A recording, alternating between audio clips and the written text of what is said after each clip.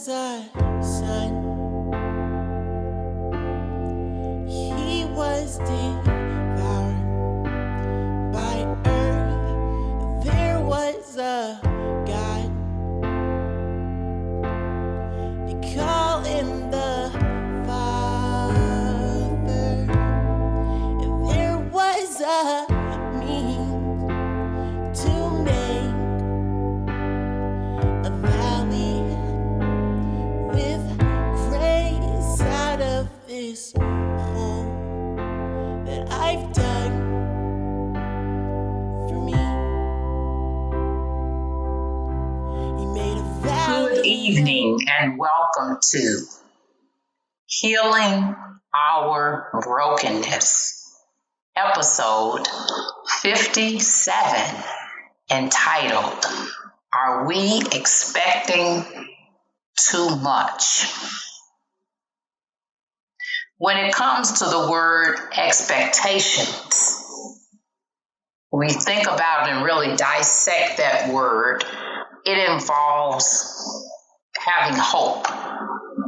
When you're expecting for something to happen, you're anticipating it, and that anticipation is filled with hope. But then what happens when we are expecting too much out of people, out of situations, out of relationships? What happens in those cases? And that's what we're going to talk about today. The very first situation that we're going to talk about is the situation that occurred with Moses. Moses had expectations of the Israelites to keep coming to him for advice. No matter what it was that was going on between amongst the Israelites, whatever type of quarrels they had amongst each other, he expected them to continually come to him to get advice. And what did that do? That fed his need for approval. Moses had approval issues, and a lot of those issues, in fact, come from rejection and needing to be accepted. So his expectations were for them to keep coming to him as if he were God.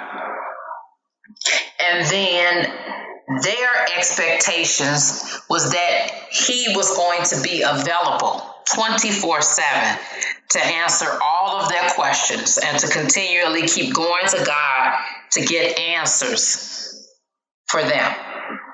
And one thing that I liked in this situation is that when this all went down, Moses' father-in-law was the one who had to pull his coattail, so to speak, and say, Moses, what you are doing is not good. And so it's good in life when we have our friends and family members and loved ones to come alongside of us and pull our coattails and go, you know what, girl, or man, this is not good. What you're doing is not good. It's not going to have a good end result. Because what was setting up here in this situation is that there was codependency involved with Moses and the people. And then the second situation of expectations was with Elijah. Elijah had expectations of there being no limitations on him as a human being. And we discussed the gift of limitations in the last podcast episode. And so he had expectations that he could just do everything and nothing would catch up with him. Not filling himself up physically with food, with rest, having restoration for his body, not filling himself up emotionally nor spiritually. And then he had the trauma of having to kill all of those different prophets and not being able to process that until later. And his inability to handle when Jezebel threatened him because of the fact he had not been filling himself up. And so as soon as she threatened him and told him that basically she was going to do to him what he'd done to the prophets, he took off running and told God that he wanted to die. And I talked more about this in the podcast episode that was entitled The Fear and Exhaustion Cocktail. When those two things meet up, when you are exhausted on every level, emotionally, mentally, physically, and spiritually, and fear sets in, it's the perfect disaster, perfect recipe for depression and just feeling all out of sorts. And the only thing that helps to rejuvenate us and get us back on track is getting ourselves filled up spiritually and physically so that we can emotionally and spiritually heal. And Elijah's expectations was that he was the only one that was going to be running the show. He told God he was the only prophet left. And God had to laugh himself at that, of course, because God said it was still some thousands out there that were still serving him. But Elijah's expectations of no limitations meant that he was expecting too much out of himself as a God figure. When he was a prophet, he was called by God. Then the last story we'll dissect is the one with Mary and Martha. Martha had expectations of being able to fully entertain with food and etc. and be with Jesus.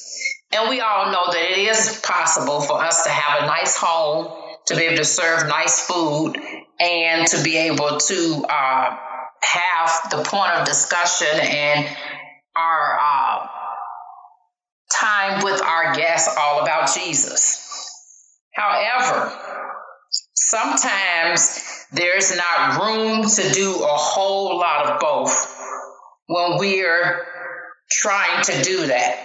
Sometimes we have to decide maybe it's going to be 10 minutes of house preparation and 3 hours with the guests. And so we don't want to harp down on Martha. And I've heard a lot of people talk about that, which is so true because we ourselves would do the same thing. We're human beings, and in human nature, we want everything to be just right, especially with women. However, on the other side,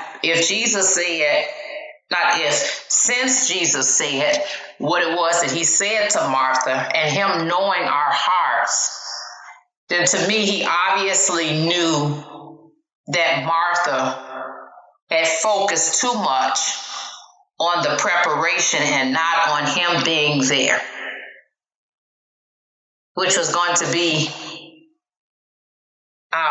was not going to be forever, his physical appearance with them, and that's what she needed to have been focusing on. So I really think that that's why Jesus got on her, is because he knew her heart, and she was expecting too much of her physical self.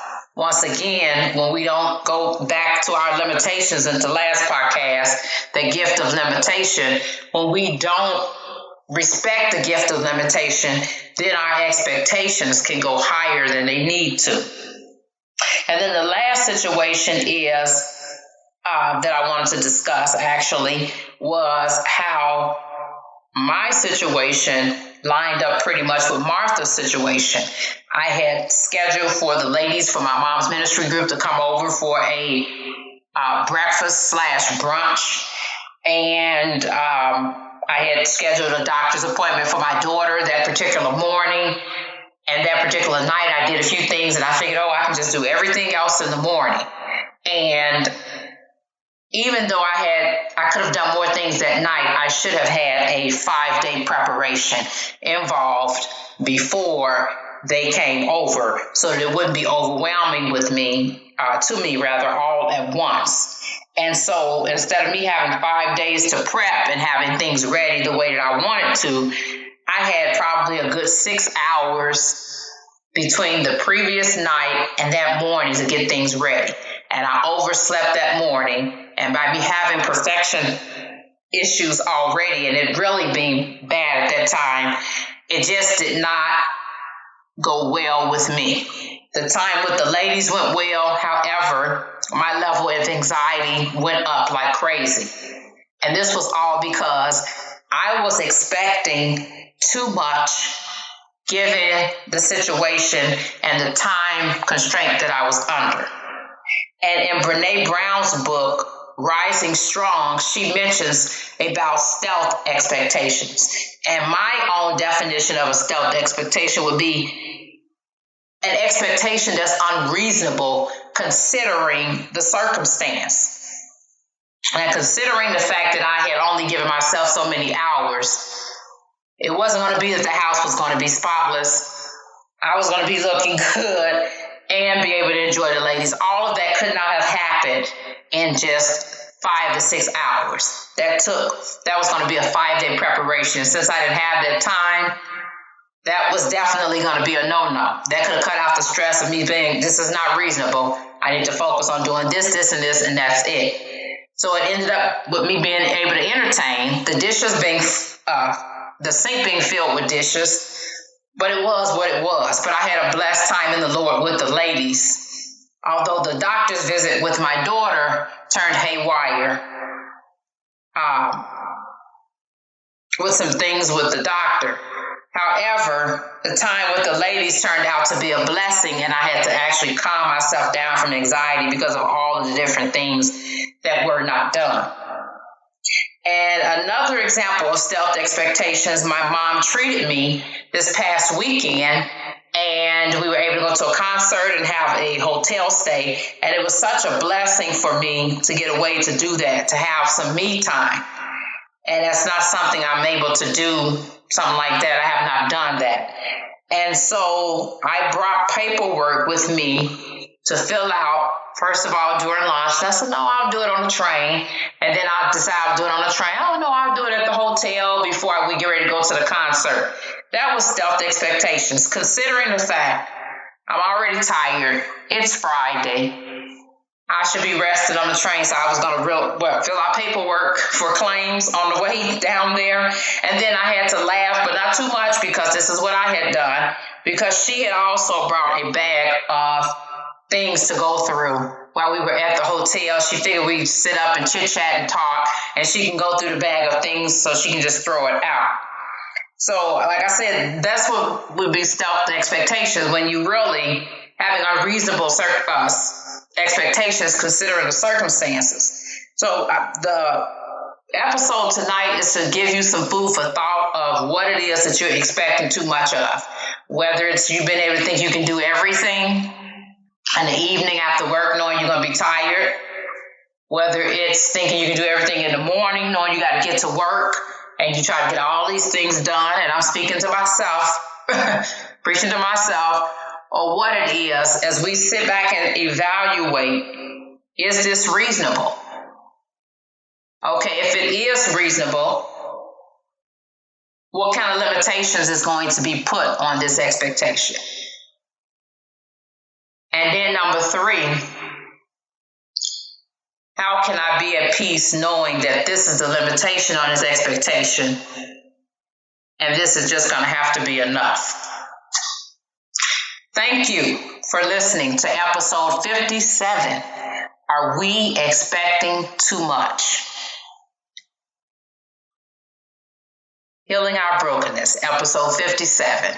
Until next time. Then I could have known.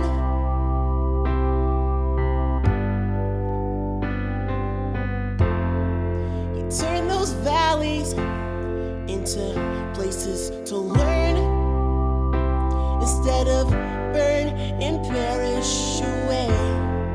And nights never so cold without His grace. How could I say that I've seen the world from His great love. How could I know what he could love? How would I have seen what he had in store for me if I didn't give up and let him be my valley of grace, where things would change and maybe they'd take up the cross high again. The valley of grace never was the same after he had died. The love that refines.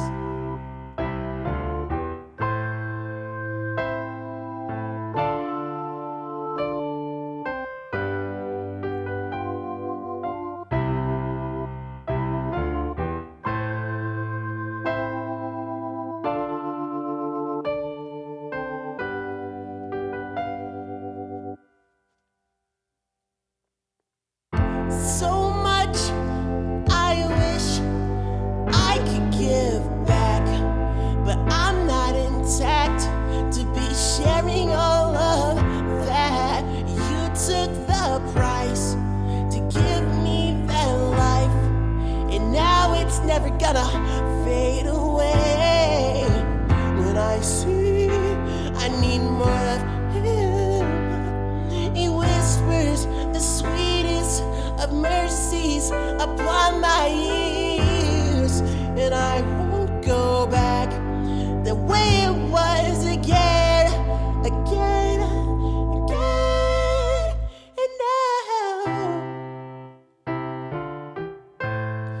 a valley of grace where things would change. I've seen the lights of valley of grace where things have changed.